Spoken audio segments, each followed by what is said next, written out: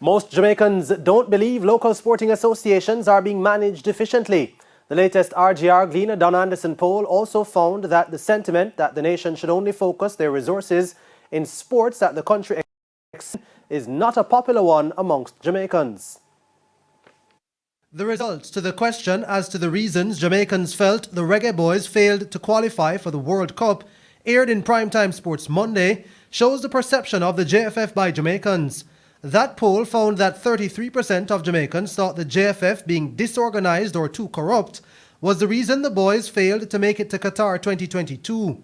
But that perception stretches beyond the JFF, as 47% of those surveyed didn't believe local sporting bodies were being managed efficiently. 19% only agreed that the sporting bodies are being managed efficiently. So there is a general feeling that the sports bodies in Jamaica are not being managed well.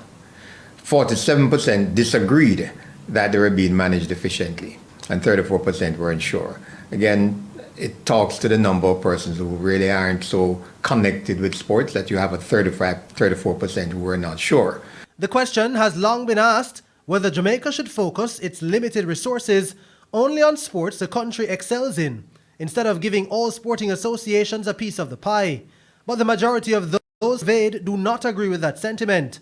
61% said that should not be the case.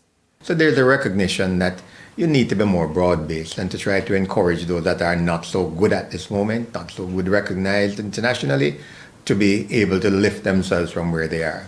14% were not sure. So the overriding factor here, 25% agree that they should concentrate, as a country, we should concentrate on those sports that are high level and that we do very well at, but 61% didn't think that that would be the answer.